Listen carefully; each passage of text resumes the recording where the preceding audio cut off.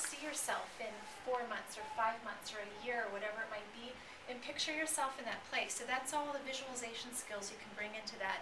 And I don't want you to underestimate that, because it's really, really important in terms of what we see ourselves as capable of, right? So, for instance, if you didn't see yourself capable of driving here tonight, you wouldn't be here.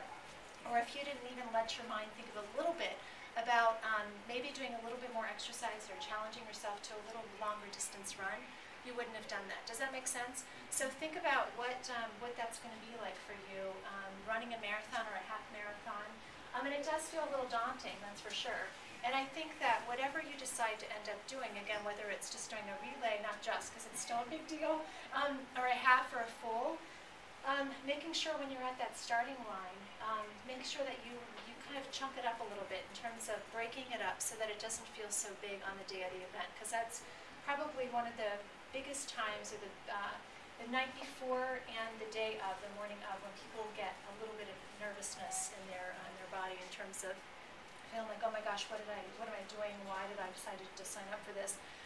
And because it seems big, because you've trained for it. And that's the key thing. We talked about all this stuff, and Nora put a great handout together in terms of making sure that you do the training and whatever you decide to do. And you can always do a shorter race if you decide that something happens and you're not capable of doing that, or you get an injury or whatever it might be. But making sure that you, again, see yourself and stick with your goal.